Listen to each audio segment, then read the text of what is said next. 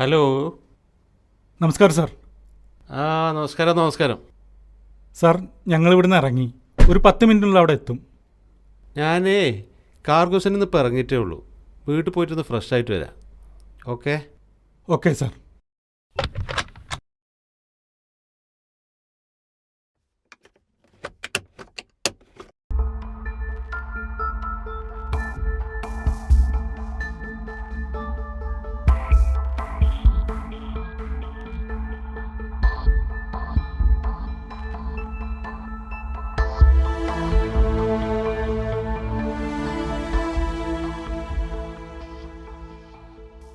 അദ്ദേഹത്തെ മീറ്റ് ചെയ്തതിനു ശേഷം എന്നെ വിളിച്ചാൽ മതി, ഞാൻ വന്ന് പിക്ക് ചെയ്തോളാം. ഓക്കേടാ.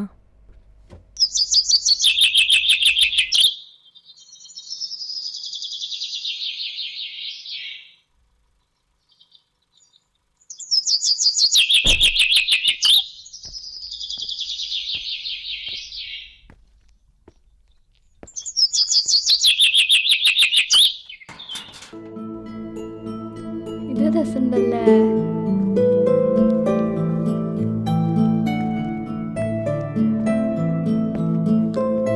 ആരാ ഉമ്മ? മോളെ, നാട്ടിൽ നിന്ന് ഒരാൾ വന്നിട്ടുണ്ട്.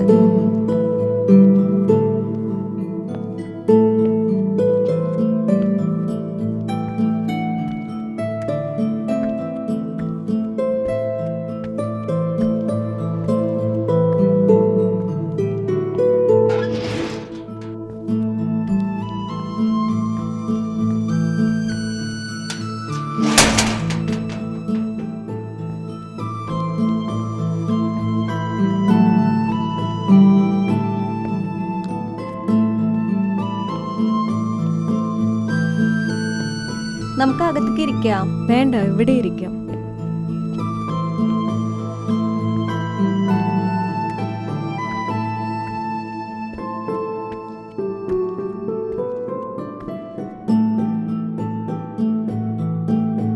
മോന്റെ പേരെന്താ? അർജുൻ. നല്ല പേരാണല്ലോ. നാട്ടിൽ നിന്ന് ഇപ്പൊ എത്തി? ഇന്നലെ രാത്രി എത്തി. ഫുഡ് കഴിച്ചേക്കണ? കഴിച്ചിട്ടാ വന്നത്. ഇന്ന് ഞാനൊരു ചായ എടുത്തിട്ട് വരാം, ഇവിടെ ഇരിക്കട്ടോ. മോളുടെ പേരെന്താ? നഹ്ല. മോളുടെയോ? ഞാൻ ഹസ്ന. ഏത് ക്ലാസ്സിലാ? 8ല്. മോളോ? ഞാൻ 10ല്.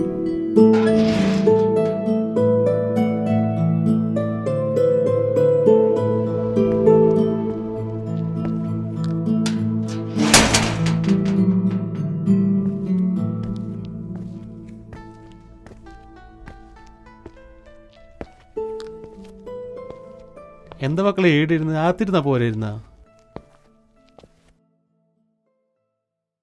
മോനിക്ക് കുറച്ച് ചോക്ലേറ്റ് കൊടുത്ത് അകത്തിരുത്തി, ഞങ്ങൾക്ക് കുറച്ച് സംസാരിക്കാനുണ്ട്. ശരി അങ്കിൾ. നമസ്കാരം സർ. എന്താ ഏടിരുന്ന് ആത്തിരുന്നാ പോരായിരുന്നു? സാരല്ല സർ. ഇന്ന് 2 ചെറുപ്പക്കാരുടെ ബോഡി നാട്ടിലയക്കാനുണ്ടായിരുന്നു. ഒരാൾക്ക് അറ്റാക്കും വന്നു, ഒരാൾ ആത്മഹത്യം ചെയ്തു. എന്നും ഇതുപോലെ മനസ്സിനെ വേദനിപ്പിക്കുന്ന ഓരോരോ വാർത്തകളാണ്. അതിനിടയ്ക്ക് ഇതൊക്കെയാണ് മനസ്സിന് സമാധാനം തരുന്നത്. മോൾക്ക് വേണ്ടി ഇത്രയും ചെയ്യാൻ കഴിഞ്ഞതിൽ വലിയ സന്തോഷമുണ്ട്. ഇന്നാണ് എൻ്റെ ഓഫർ ലെറ്റർ. ഞങ്ങളെ പ്രയത്നം കൊണ്ട് മാത്രമല്ല, മോളെ ഭാഗ്യം കൊണ്ട് കൂടിയാണ് ഇങ്ങനൊരു ജോലി കിട്ടിയത്. കഴിഞ്ഞതെല്ലാം മറന്ന് മോൾ നാളെ തന്നെ പോയി ജോയിൻ ചെയ്യും. സർ, എനിക്ക് എൻ്റെ ഏട്ടന് എന്താ പറ്റിയെന്ന് അറിയണം. ആളുകൾ പലതും പറയുന്നുണ്ട്, പക്ഷെ എനിക്ക് മനസ്സമാധാനമായി ഒന്ന് ഉറങ്ങാൻ സത്യം അറിയണം. മോള് പാവൊന്നും അറിയണ്ട, മോള് പോയി ജോലിയിൽ കയറും. അങ്ങനെ പറയരുത് സർ. എനിക്ക് അറിയണം എന്താ സംഭവിച്ചെന്ന് എനിക്കറിയണം.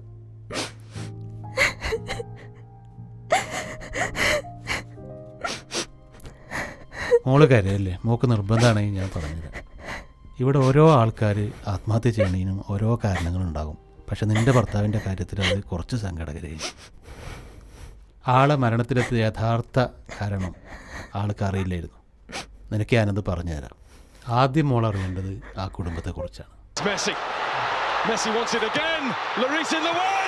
Was it off the line or over the line? The referee's had a look at the watch. Hello. എന്തേ?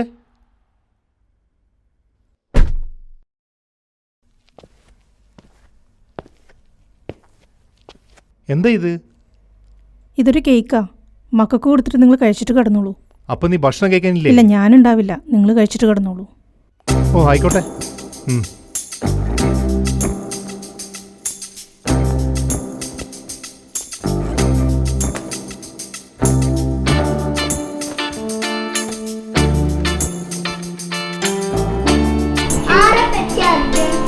എനിക്കറിയില്ല മക്കളെ, നമുക്കെന്നാ കേക്ക് കഴിക്കാം. ഓക്കേ.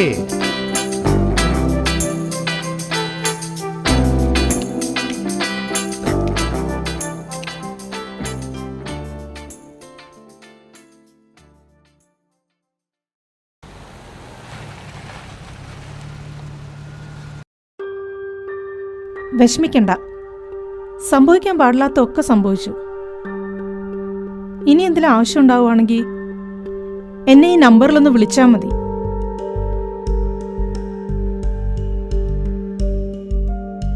ശരി എന്നാ. ശരി.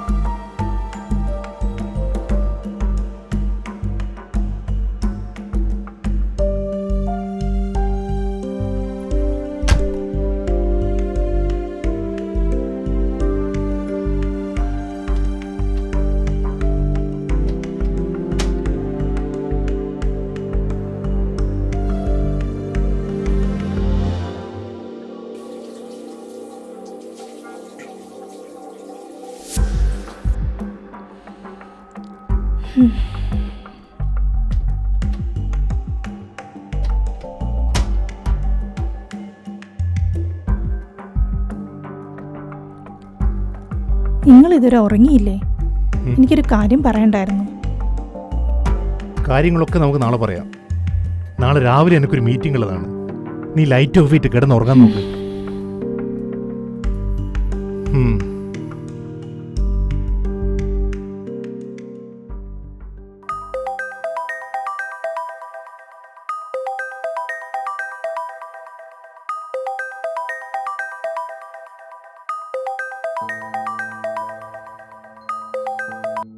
Hello.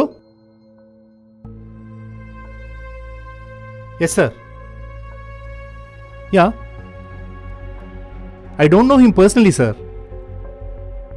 Okay, but unfortunately my card is with him. Maybe. Okay, sir. Okay. ആരായിക്കാ? എന്താ കാര്യം? ആരെ ഫോണിൽ ഈ നേരത്ത്? ഒരു പ്രശാന്ത് എന്ന് പറഞ്ഞ ആൾ സൂയിസൈഡ് ചെയ്തിട്ടുണ്ട്. എൻ്റെ കാർഡ് എങ്ങനെയോ അവൻ്റെ കൈ കിട്ടിയിട്ടുണ്ട്. എൻ്റെ റബ്ബേ, എൻ്റെ നമ്പർ ഞാൻ ഇക്കയുടെ കാർഡിലാണ് എഴുതി കൊടുത്തത്. എൻ്റെ പടച്ചോനെ, നമ്മൾ എന്താ ഇക്ക ഇപ്പം ചെയ്യുക? നിനക്കറിയോ ഈ പ്രശാന്തിന്? എൻ്റെ ഓഫീസിൻ്റെ താഴെ കാറ് കഴുകുന്ന ആളല്ലേ ഈ പ്രശാന്ത്? ഇതാരപ്പ ഇത്? ഇതേതാ നാട്ടിലെ കോള്? ഹലോ. ഹലോ, എൻ്റെ പേര് അമ്മു എന്നാണ്. സാറിൻ്റെ ഭാര്യയാണ് എൻ്റെ ഏട്ടന് നമ്പർ കൊടുത്തത്. എൻ്റെ ഏട്ടൻ ഇന്നലെ രാത്രി അവിടെ വെച്ച് ആത്മഹത്യ ചെയ്തു.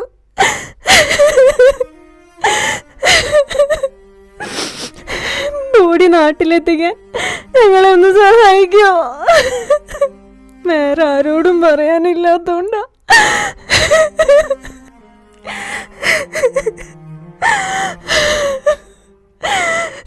സാമ്പത്തികമായിട്ട് ഞങ്ങൾക്ക് ഒരു നിവർത്തിയുമില്ല. എൻ്റെ മോന് അവസാനായിട്ട് അവൻ്റെ അച്ഛനെ ഒന്ന് കാണാനാ. ഒന്ന് സഹായിക്കുമോ?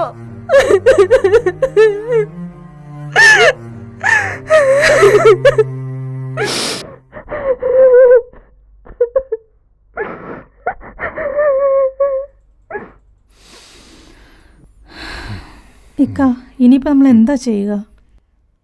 ഒറ്റൊരു വഴിയേ കാണുന്നുള്ളൂ ഇപ്പം. ഈ സിറ്റുവേഷനിൽ നമ്മുടെ അഷ്റഫ് ഖാനെ വിളിക്കുക. അത് മാത്രമേ ഒരു ഓപ്ഷനായിട്ട് കാണുന്നുള്ളൂ.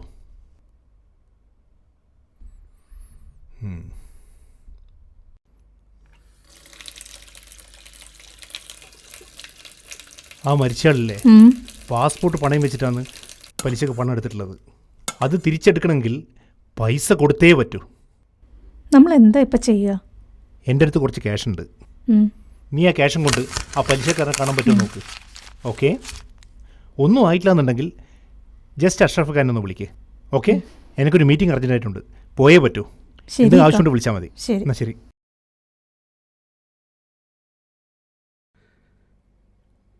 കണക്കും പ്രകാരം 90,000 ദിർഹം മുതലും 30,000 ദിർഹം പലിശയും കിട്ടാനുണ്ട്. അത് കിട്ടാതെ പാസ്പോർട്ട് കൊടുക്കുന്ന പ്രശ്നമില്ല. അല്ല സാറേ, അവൻ്റെ 3-3.5 കോടി ഉറുപ്പിക നാട്ടിലത്തെ പ്രോപ്പർട്ടി 2 കോടി ഉറുപ്പിക നമ്മ ഇങ്ങോട്ട് വന്നില്ലേ? പിന്നെ ഈ ചത്തവനോട് വേണോ ഇങ്ങനെയൊക്കെ? പിന്നെ പുറത്ത് വന്നിരിക്കുന്ന ആൾ അത്ര മോശക്കാരല്ല, സൂക്ഷിക്കണം. താൻ തൻ്റെ പണി നോക്ക്, ആ സ്ത്രീയെ വിളിച്ചോണ്ട് വാ. Okay sir. ആ മാഡം, ഞാൻ പറഞ്ഞിട്ടുണ്ട്, നിങ്ങൾ പോയിട്ട് കണ്ടോളൂ. ശരി ഏട്ടാ. ശരി. ശരി. ആ ഓക്കെ ഓക്കെ ശരി, പറഞ്ഞോലെ കാര്യങ്ങൾ. ശരി, ചെയ്തോളാം. ചേട്ടാ, ഞാൻ വന്ന കാര്യം അദ്ദേഹം പറഞ്ഞിട്ടുണ്ടല്ലോ. ആ പറഞ്ഞു. ആ ചത്ത മോർച്ചറി കിടക്കുന്നവനെ 1,26,000 തരാനുണ്ട്. അത് തരാതെ പാസ്പോർട്ട് ചെയ്ത പ്രശ്നമില്ല. അത്രയൊന്നും ഉണ്ടാവില്ല ഏട്ടാ, കുറച്ച് ഞാൻ അറേഞ്ച് ചെയ്തിട്ട് വന്നിട്ടുണ്ട്. മുഴുവൻ പണവും കിട്ടാതെ പാസ്പോർട്ട് ഞാൻ തരത്തില്ല. പിന്നെ നിന്നെപ്പോലെ അവൻ്റെ മറ്റു പെണ്ണുങ്ങൾ ആരെങ്കിലും മുഴുവൻ പണമായി വന്നാലോ? ഇപ്പം എനിക്ക് മനസ്സിലായി അവൻ്റെ കാശ് എങ്ങനെയാ പോയത്. ചെറ്റത്തരം പറയുന്നുണ്ടോ? ഇനി ഒരു അക്ഷരം താൻ മിണ്ടരുത്. തന്നെ തൂക്കിയെടുത്തോണ്ട് പോയി പാസ്പോർട്ട് മേടിക്കുന്നത് കാണണോ? തനിക്കൊക്കെ ഒരു മനുഷ്യനായി ജീവിച്ചിട്ടുള്ളൂ. കൂടുതൽ ചിലക്കാതെ എടുത്തോണ്ട് ഓടി എൻ്റെ പാസ്പോർട്ട്. തൻ്റെ ഔദാര്യമൊന്നും എനിക്ക് വേണ്ട. ഇത് താനും അങ്ങെടുത്തു. ബാക്കിയുള്ളത് നാട്ടിലെ കച്ചവടത്തിൻ്റെ ലാഭത്തിൽ നാം കുറച്ചോ. എന്നിട്ട് താനങ്ങ് തിന്ന് ചേർക്ക്. തനിക്കും വരുമല്ലോ ഒരു ദിവസം. ഒന്ന് ഇറങ്ങിപ്പോടി, കൂടുതൽ സംസാരിക്കാതെ. പാസ്പോർട്ട് എന്നെ ഏൽപ്പിച്ച് അവർ രണ്ടുപേരും വീട്ടിലേക്ക് പോയി. നിങ്ങളെ സഹായിച്ചതിൻ്റെ പേരിൽ പിന്നീട് അവർക്കും ചില ലീഗൽ ബുദ്ധിമുട്ടുകളൊക്കെ നേരിടേണ്ടി വന്നു. ചായ കുടിക്കൂ.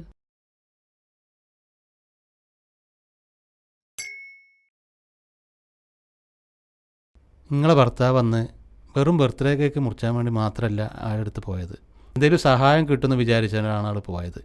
പക്ഷെ അന്ന് രാത്രി സംഭവിച്ചത് മറ്റൊന്നാണ്.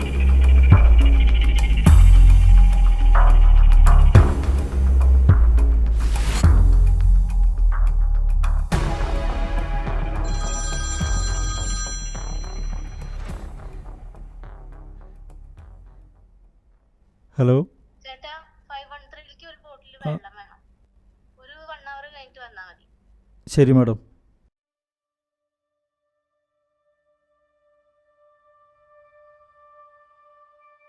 കുറേ കാലത്തിന് ശേഷം മനസ്സിന് ചെറിയ സന്തോഷം തോന്നിയ ദിവസമെന്ന് എൻ്റെ മോൻ്റെ ബർത്ത്ഡേക്ക് കേക്ക് മുറിച്ചപ്പോൾ അവനെൻ്റെ അടുത്തുള്ളതുപോലെ എനിക്ക് തോന്നി. ഞാൻ അവനോട് ചോദിച്ചു, മോൻ്റെ ബർത്ത്ഡേ ഗിഫ്റ്റായിട്ട് എന്താ വേണ്ടത്? അവൻ എന്നോട് പറയാ, അവനൊന്നും വേണ്ട, എന്നെ കെട്ടിപ്പിടിച്ചത് ഉറങ്ങിയാൽ മതി. വിഷമിക്കണ്ട, സംഭവിക്കാൻ പാടില്ലാത്ത ഒക്കെ സംഭവിച്ചു. ഇനി എന്തെങ്കിലും ആവശ്യം ഉണ്ടാവുകയാണെങ്കിൽ എന്നെ ഈ നമ്പറിലൊന്ന് വിളിച്ചാൽ മതി.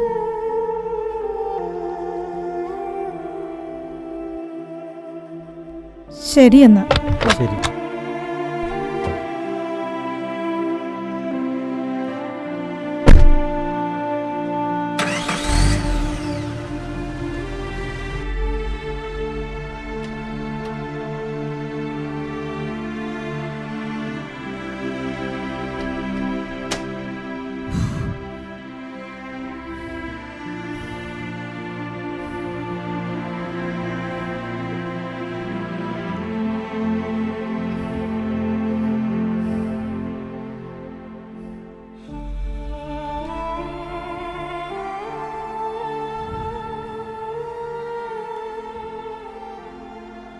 അമ്മോ, നിൻ്റെ CV നീ നമ്പറിലേക്ക് അയച്ചു കൊടുക്കുക.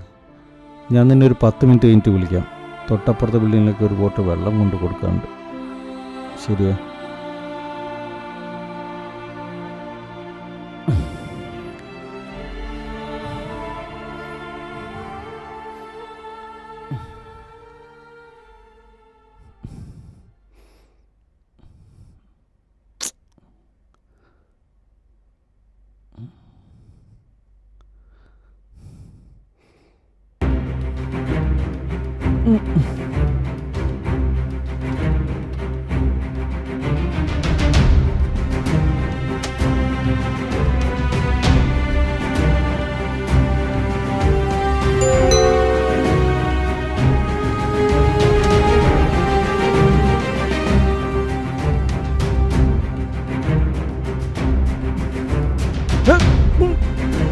മിണ്ടിപ്പോരുത്, കൊല്ലും ഞാൻ. നിങ്ങളൊക്കെ ആരാ? എന്തിനാ എന്നെ ഇങ്ങനെ ഉപദ്രവിക്കുന്നത്? അന്നാ പറ, ഞങ്ങളുടെ ഷീന ചേച്ചി എവിടെയെന്ന്. എനിക്കറിയില്ല. അന്നത്തെ സംഭവത്തിന് ശേഷം ഞാൻ അവളെ കണ്ടിട്ടില്ല. അവളിപ്പോൾ ജീവിച്ചിരിപ്പുണ്ടോ പോലും എനിക്കറിയില്ല. അന്നാ പറ, അന്നെന്താ സംഭവിച്ചെന്ന് പറ.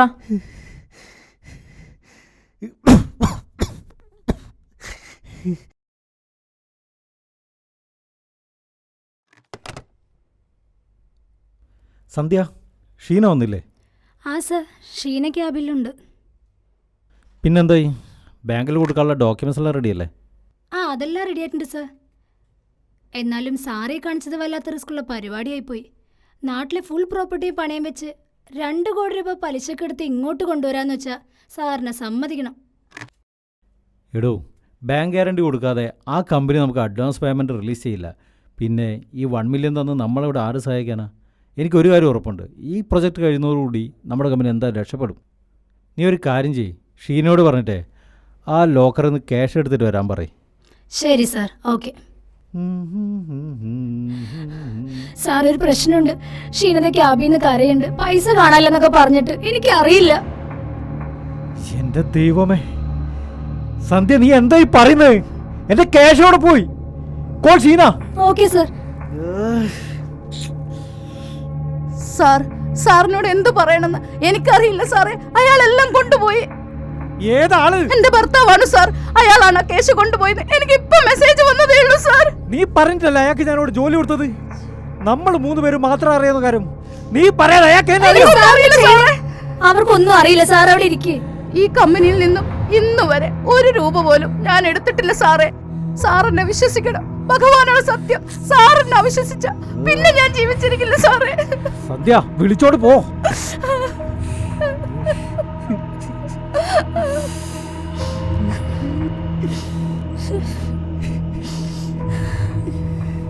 ഇനി നമ്മുടെ കമ്പനിയില്ല,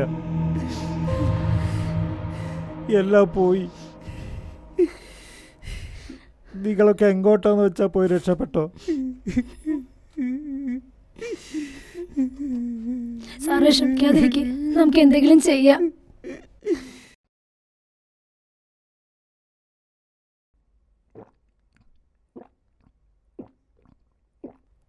അയാളുടെ മരണശേഷം മാത്രമേ നമ്മളിനി കാണുമെന്ന് പറഞ്ഞ് ലെറ്റർ എഴുതി വെച്ച് അവൾ പോയതാ. അതിനുശേഷം ഞാൻ അവളെ കണ്ടിട്ടില്ല. എൻ്റെ കയ്യിലൊരു 25 ലക്ഷം രൂപയുണ്ടെങ്കിൽ അയാൾ ഈ ലോകത്ത് എവിടെയുണ്ടെങ്കിൽ ഞാൻ പോയി കൊന്നിരിക്കും. എന്നാ പിന്നെ എങ്ങും പോണ്ടി ആവശ്യമില്ല. അയാളെ ഞാൻ കാണിച്ചു തരാം. അതുമല്ല, 25 ലക്ഷം രൂപയോ ഞാൻ തരാം. അയാളെ കണ്ടു കഴിഞ്ഞാൽ പിന്നെ ആ 25 ലക്ഷം രൂപയുടെ ആവശ്യമുണ്ടെന്ന് എനിക്ക് തോന്നുന്നില്ല.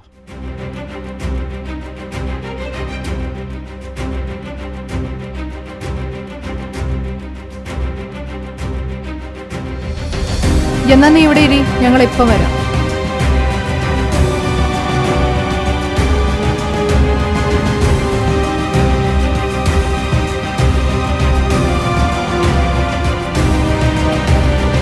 ഇളന്ത് പെൺപിള്ളേരുടെ ചൂട് പറ്റാൻ കുറിച്ച് ഫ്ലൈറ്റും പിടിച്ച് ഇങ്ങോട്ട് വരുമ്പോ ഇതൊരു ഹണി ട്രാപ്പ് ആണെന്ന് ചിന്തിക്കാനുള്ള കോമൺ സെൻസ് പോലും നിനക്കില്ലടാ. അവളെന്നെ ചച്ചു അല്ലേ? കിടന്ന് പെടക്കലടാ. നിന്നെ പോലുള്ളവരുടെ കഴപ്പിനുള്ള മരുന്നാണ് നീ. മുറുക്കി പിടിച്ചോടിയവനെ തുപ്പിക്കളയവൻ.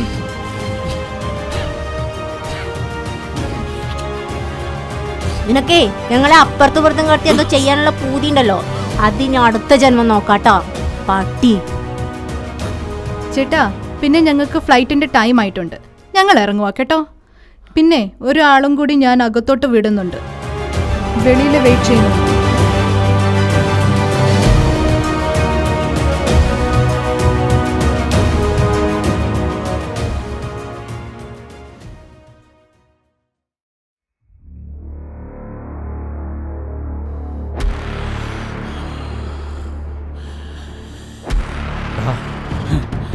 എനിക്കൊരൊറ്റ കാര്യമേ ചോദിക്കാനുള്ളൂ. നിനക്കെൻ്റെ കാശ് തിരിച്ചു തരാൻ പറ്റുമോ? അത് കിട്ടിയാലേ എനിക്ക് എൻ്റെ മോനെ പോയി കാണാൻ പറ്റുള്ളൂടാ.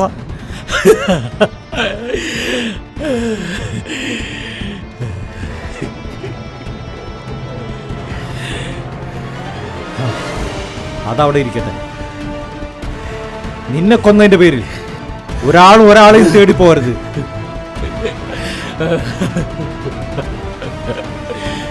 അല്ലേലും എന്നെ കൊന്നതിന്റെ കുറ്റം നിന്റെ തലയിൽ തന്നെ വീഴും. അങ്ങനെ വേണ്ടെങ്കിൽ ഇറങ്ങിപ്പോടാ.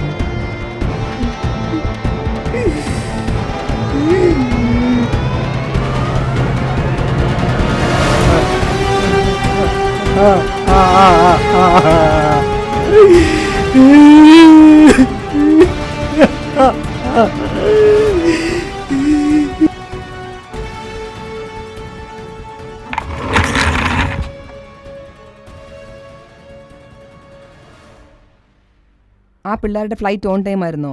പിള്ളേരൊക്കെ കറക്റ്റ് ടൈമിൽ പോയി. ഇനി നമ്മുടെ ഫ്ലൈറ്റ് എപ്പോഴാ? ഡോണ്ട് വറി, നമുക്ക് ടൈമുണ്ട്. ആ പിന്നൊരു ഗുഡ് ന്യൂസ്.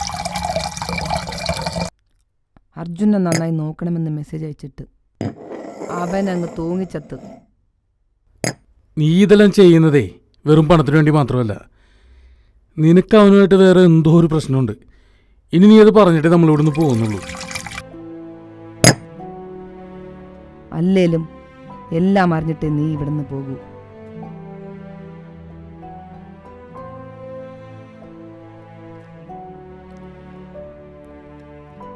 അച്ഛനും അനുജനും മാത്രമായിരുന്നു എൻ്റെ കുടുംബം. എൻ്റെ അനുജന് 4 വയസ്സുള്ളപ്പോൾ എൻ്റെ അമ്മ മരണപ്പെട്ടു. കർഷകനായ എൻ്റെ അച്ഛൻ ഒരു ബുദ്ധിമുട്ടുമില്ലാതെയാണ് ഞങ്ങളെ വളർത്തിയത്. +2 കഴിഞ്ഞപ്പോൾ എൻ്റെ അനുജൻ പഠിപ്പ് നിർത്തി അച്ഛനോടൊപ്പം കൃഷിക്കിറങ്ങി. ആ സമയത്താണ് ഒരു ബാസ്റ്റഡ് ഞങ്ങളുടെ വീട്ടിലേക്ക് കയറി വന്നത്. എൻ്റെ സ്റ്റുഡൻറ്റ് അമ്മു.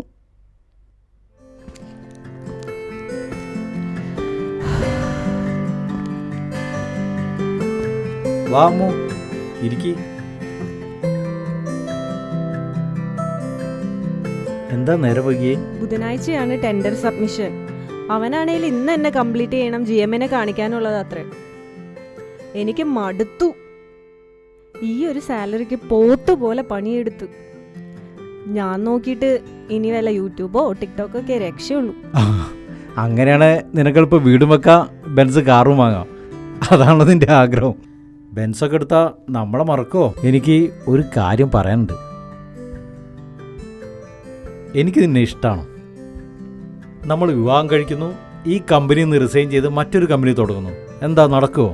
അത് നടക്കില്ല. ഞാൻ ഓൾറെഡി കമ്മിറ്റഡ് ആണ്. എൻ്റെ ഡാൻസ് ടീച്ചറിൻ്റെ അനിയനാ. പണ്ട് ഒരുപാട് കഷ്ടപ്പെട്ട് വളച്ചെടുത്തത് ആ ചുള്ളനെ. എനിക്ക് പ്രാന്തായിരുന്നു. ഇപ്പോഴോ? ഇപ്പോൾ അവനാ ഭ്രാന്ത്. അവനെന്ത് ചെയ്യുന്നു?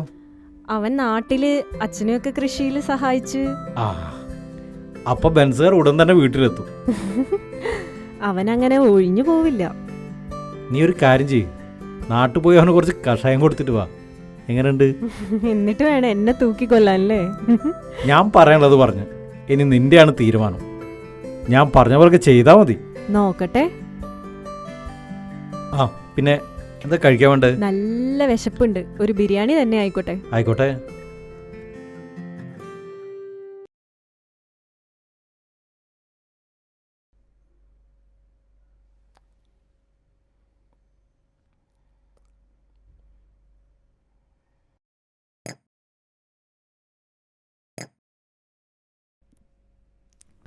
ഡാ ജിത്തു, ഡാ എണീക്കടാ, ചായ കുടിക്ക്.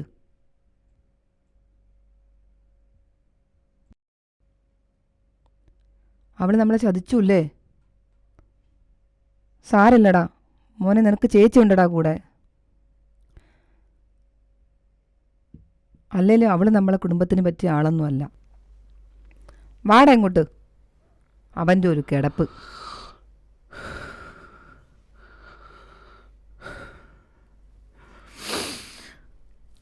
വാ ചായ കുടിക്കുക.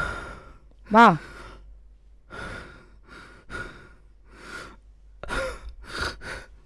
ചായ കുടിക്ക്. എന്തടാ, പനിയുണ്ടോ? നീ വല്ലാണ്ടിരിക്കുന്നു. ചേച്ചി എന്നോട് ക്ഷമിക്കണം. അവളില്ലാതെ എനിക്ക് പറ്റുകയില്ല. എനിക്കിന്ന് ജീവിക്കണ്ട.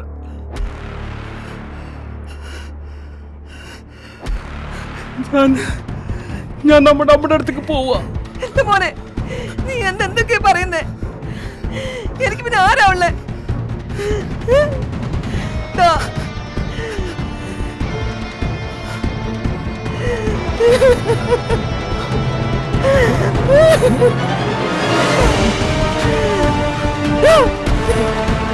ഓടി വാച്ചാ.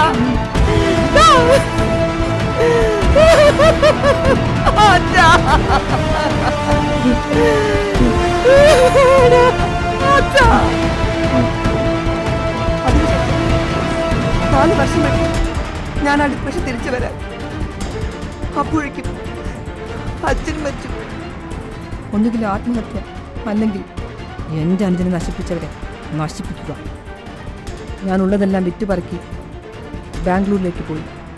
ആദ്യം ഞാൻ ചെയ്തത് അവളുടെ കമ്പനിയുടെ കമ്മ്യൂണിക്കേഷൻസ് കംപ്ലീറ്റ് ഞാൻ ഹാക്ക് ചെയ്തു. അങ്ങനെയാണെങ്കിൽ പിന്നെ ഇപ്പം ഇവനെ നീ എന്നെ കൊണ്ട് കൊല്ലിച്ചത് എന്തിനാ? അതോ, ഞങ്ങളുടെ ഡീൽ പ്രകാരം 25% അയാൾക്കും 75% എനിക്കുമായിരുന്നു.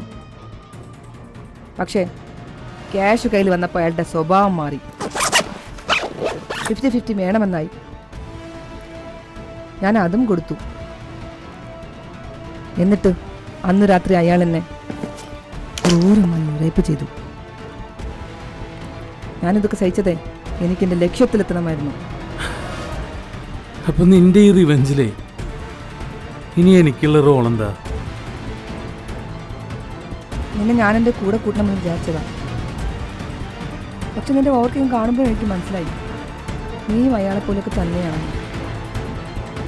അതുകൊണ്ടാ ഞാൻ നിന്റെ മൊബൈൽ ഹാക്ക് ചെയ്തത്. അപ്പോഴാണ് മനസ്സിലായത് നീ ഒരു പൊക്ക ക്രിമിനലാണെന്ന്. നീ എഴുന്നേൽക്കാൻ ശ്രമിക്കരുത്, താഴെ വീഴും. അതിൽ ആൽക്കഹോൾ മാത്രമല്ല ഉള്ളത്. ഞാനിവിടുന്ന് പോകുന്നവരെ നീ ഇവിടെ കൊണ്ട് ഉറങ്ങിക്കോ. പോലീസ് വന്ന് നിന്നെ ഉണർത്തിക്കൊള്ളും. നിന്റെ പാസ്പോർട്ട് ഞാനിങ്ങ് എടുക്കുക. കഴിവരുടെ മോളെ, നീ എനിക്കിട്ട് പണിതല്ലേ?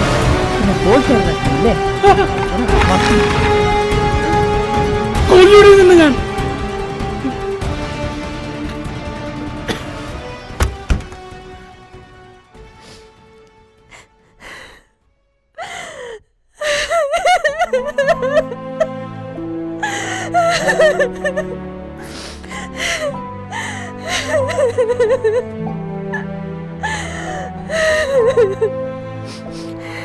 ഞാൻ കാരണം എത്ര പേരാ.